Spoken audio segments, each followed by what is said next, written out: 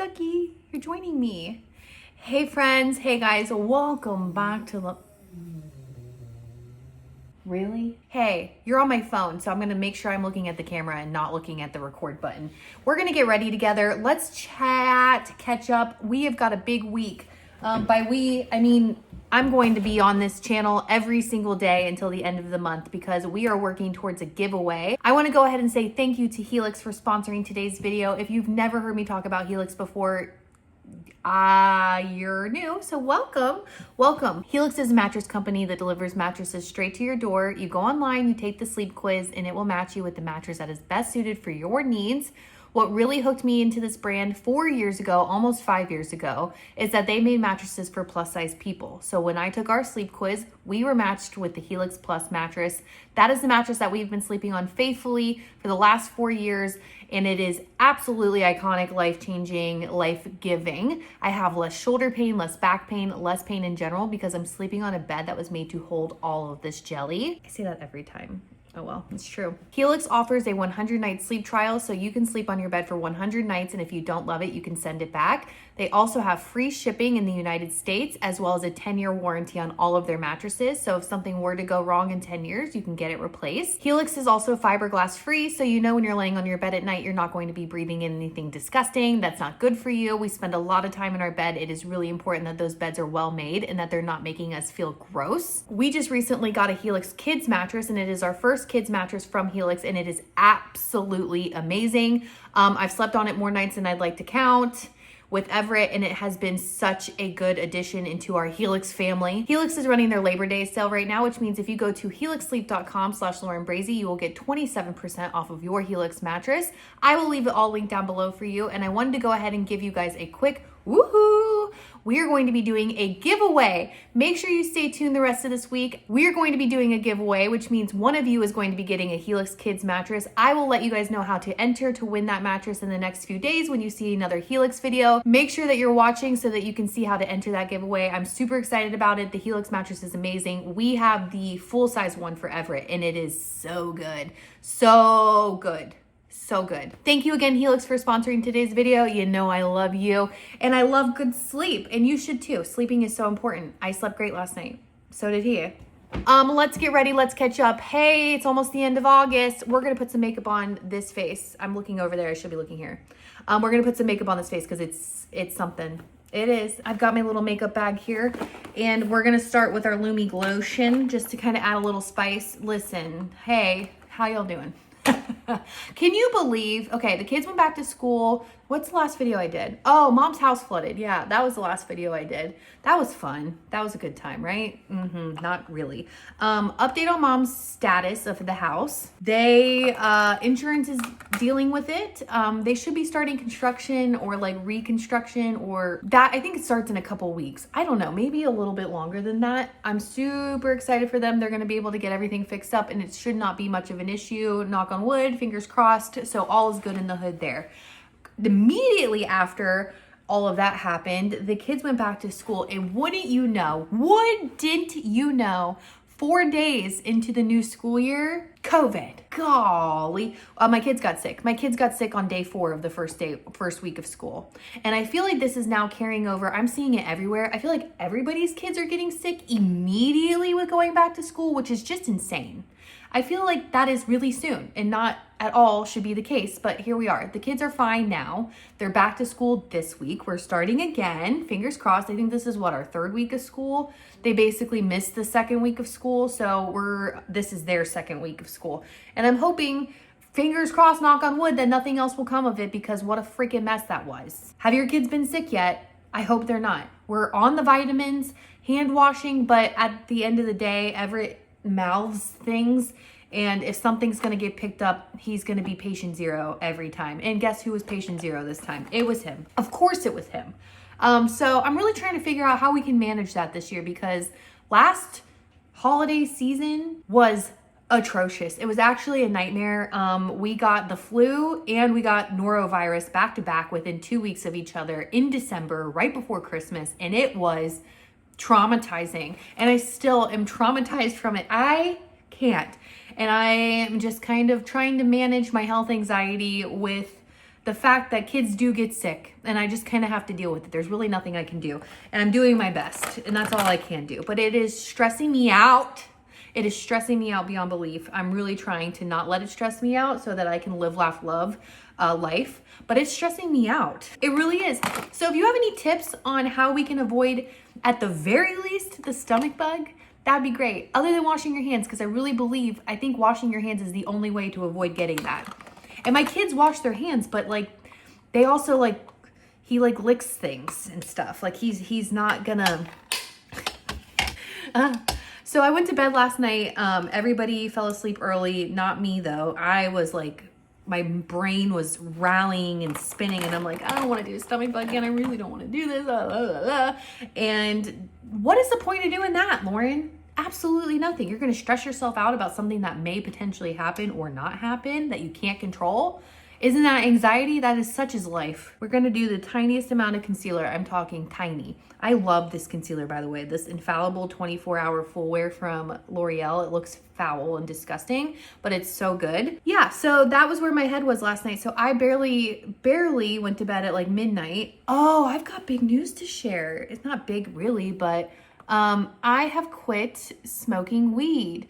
Now, if you're like, Lauren, what does that mean? Oh, I look crazy. What about the gummies? Okay, I am no longer taking in anything that is high THC. The gummies I take, we are a very big CBD family. You know, Ella takes it every day for her anxiety, and I'm a huge fan of CBN, which is what I use for sleep. And, you know, I still love CBD. I love it. But I was also taking in like THC products legally. I want to say that right now, legally. And I have been using high THC for years and years and years and years. I'm talking since I was like 16 years old. Obviously, when I get pregnant and nursing and stuff like that, I don't take anything because duh. I have been using high THC things for years. And I had a moment a couple weeks ago where I was like, this is not serving me. I hate the way I feel. I was starting to feel ashamed, like I was leaning on it way too much. And I want to be really honest with you. When you are on a weight loss journey or you have a food addiction, like most of us do, you do not become morbidly obese without a food addiction. I don't care who you are. I'm talking to you. If you are morbidly obese, you have a food addiction or with some sort of illness, or not illness, but like some sort of underlying reason. You have PCOS, maybe you're on medications that help make you gain weight, stuff like that. There are other reasons, but if you are, I'm talking morbidly obese, over 300, 400 pounds, and you are finding that you are binging and stuff, that's a food addiction, okay? And transfer addiction, which when I took my bariatric class, when I was gonna do bariatric surgery a few years ago, that was a while ago. How long ago was that? That was a while ago. Anyway, when I took those bariatric classes, they talked about transfer addiction a lot. And it is really, really important to be mindful of that because a lot of people, and it's really prevalent in the weight loss community, especially with weight loss surgery. I'm not really sure why surgery, but it is with surgery. A lot of alcoholism and addiction comes from people post weight loss surgery. I shared this on my Instagram a few days ago, and I got so much feedback of, like, my husband had VSG in 2021 and now he's an alcoholic and he's in treatment. Like, it's a real thing. And I was realizing, I'm like, wait a minute, like a That's So Raven moment. Am I leaning on THC and marijuana for, like, is that my transfer addiction? Like, and I honestly, genuinely believe it was leaning that way. And when somebody, like, I've had people comment before, like, you're just trading one thing for another. And I'm like a diehard, like, I love cannabis. I love it. I've always loved it. I like the way it makes me feel usually. And I just love the whole experience of it. And I felt like there's no way, because it's natural, that I'm having an addiction to this thing. Like, no, I can stop anytime I want.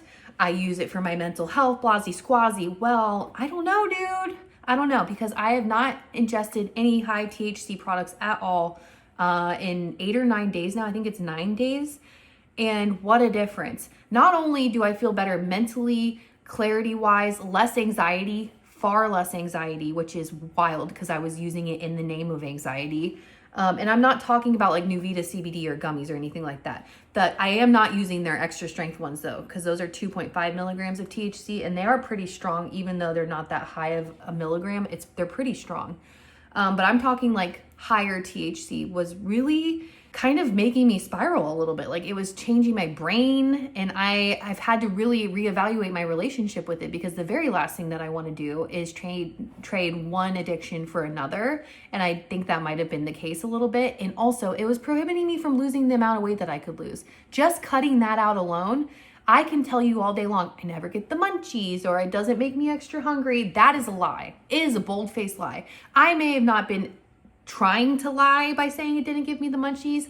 I was just trying to convince myself that it wasn't, but it absolutely was, because without it, I've lost an additional 4 pounds, less inflammation. I don't have any sugar cravings at all. You can eat through your medication when you are ingesting marijuana. You just can. And it was not serving me. And this is not to say that it doesn't serve you, but maybe this is your reminder, not a reminder, but maybe this is like, you're watching this and you're feeling similar to me. You're like, maybe I should reevaluate too, or you've been feeling that way. Come to the other side and just try it out. Just see how you feel, because wow, my anxiety is less, my hunger is less. I feel just brighter, better, more productive, more human-like, and I don't feel the shame that I was starting to feel by relying on it for me to calm down after a hard day, for me to enjoy a meal. I don't need to like have it to like reward myself. I don't need a reward for being alive. Like being alive is the reward. Me being my best healthy self is the reward. That's what it's all about. Epiphany after epiphany after epiphany. I was just like, I can't do this anymore. I can't rely on anything to water down feelings, emotions, hard times. I can't do it anymore. And I've taken out food. I've taken out the nicotine addiction or the vape addiction. I don't drink alcohol. It's been 3 years since I've had alcohol. Like I'm cutting all these things out, but I could not get rid of the one vice that was actually holding me back the most. Riddle me that. Very eye-opening experience, because I really genuinely did not think I had an addiction issue with it. But when you zoom out and you like take it away, you're like, oh, maybe I did. So I'm taking a very, very long break. I really don't know how long. I'm not saying I'll never touch it again, because like, let's be so honest, I absolutely will, but it's not serving me in the season of life I'm in right now. I am really working hard to get surgeries done. I really want to get my breasts done. They hurt, my back. I want to have a panectomy. Like I have all of these things I want to do, but I cannot do it if I'm holding myself back by latching on to other addictions. It's very interesting to me, and I really just wanted to share that with you, because transfer addiction is not talked about enough, and it's a real, very real thing, and it's scary. And I cannot tell you how many people I know or have seen in my life who have had weight loss surgery or have lost a ton of weight and have transferred their addictions to alcohol, and it's scary. And I know someone currently who is dying from their alcohol addiction, and no, we're not doing that. The whole point of us losing weight is so we can live for longer and like be our best selves and show up in the world happy and present and like all together. And if we're using things to not be in our sober minds, or we're using things to kind of escape everything, then what's the point? You know, I went from cookies to weed, you know, so that's where I'm at there. I've quit ingesting it, and I'm interested to hear your take, if you also don't do it anymore, or if it affects you that way, like you get the munchies, or, you know, or on the flip side, because I know there's a lot of people who really benefit from it, if it's really benefiting you, and or how you get past maybe having the munchies, or do you take regular tolerance breaks? What are you doing to kind of serve yourself so that you don't slip into that slippery slope of addiction? Addiction is real, and it's kind of, it can sound almost like you're, I don't know how to explain this. I'm not ashamed. Because I really didn't feel like I was doing anything wrong, or that it wasn't serving me until I removed it from my life. It's like I had a moment in life where I was just like, what am I doing? I just don't feel like this is doing anything good for me. I feel like it's holding me back. And I've proven to myself that it was. And we're not going to be doing that anymore, because it's just I need to walk the walk, practice what I preach, and really just look inward and figure out my stuff without leaning on anything else to take the scaries away. You know, that was a lot. Was it a lot? Yeah, so that's that. How are you guys doing? How's life for you? So other than the kids, you know, getting sick, I'm almost thinking it was COVID. We never really tested, but now everybody's getting tested everywhere because everybody's sick right now in our local area, and they're all coming back with COVID because it didn't seem like COVID to me. We didn't have any fevers. It was just a lot of snot, a sore throat. It was like very mild.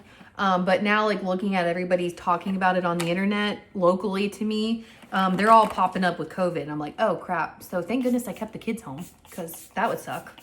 I'm super thankful I am able to keep the kids home because I know that's also not reality for a lot of people. A lot of people depend on school for their kids so that they can go to work outside of the home and bring home money. And missing days of work for sick kids means you're not getting money to pay your bills.